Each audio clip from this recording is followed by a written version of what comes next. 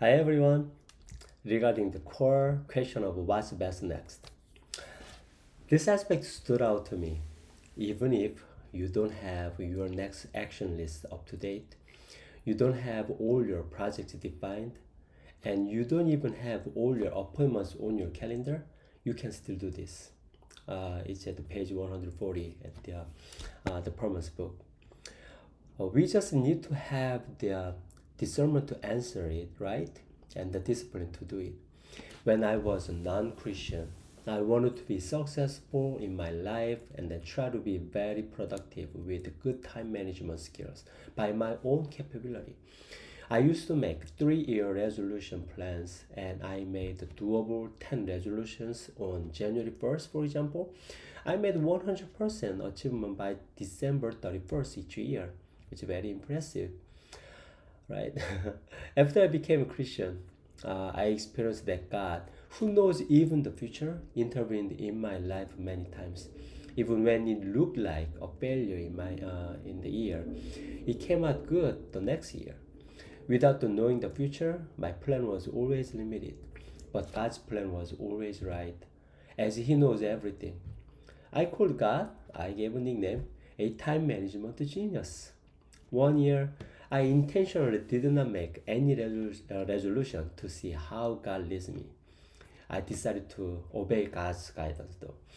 At the end of the year, I realized that what happened to my life that year was way more than what I could have achieved for myself.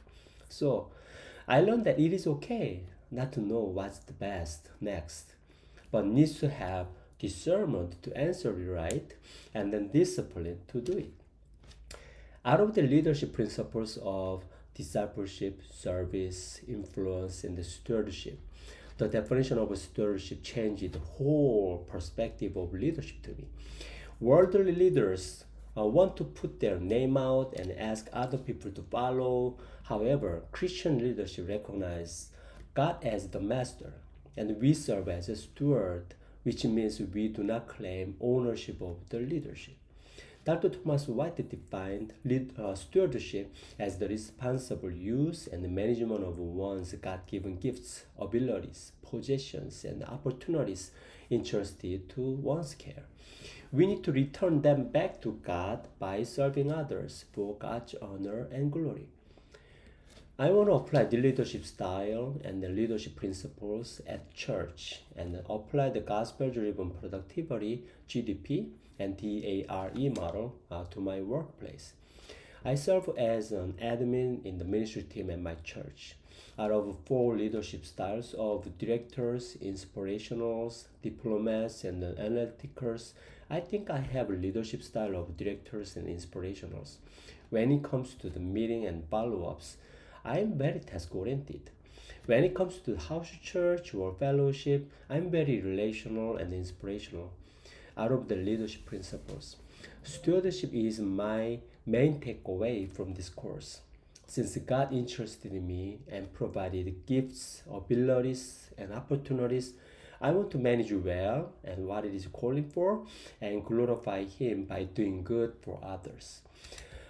At my full-time job, I work as an office manager, running the business as mission BAM. I believe God is working through this work, and I'm vehicle for His agenda.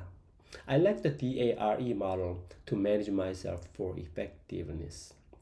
Define, architect, reduce, and then execute. As the process of gospel driven productivity, the DARE model will help me in my daily work. The purpose of our productivity is to glorify God by doing good for others. Through the gospel driven productivity in practice, I want to contribute to the fight large global problems and to bring the gospel to the all nations. I pray that God continues to use this business to support the mission and then expand the kingdom of God. The goal of a steward is to glorify God.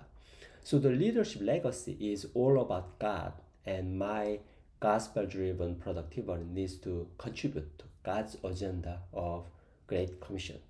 Thank you for watching.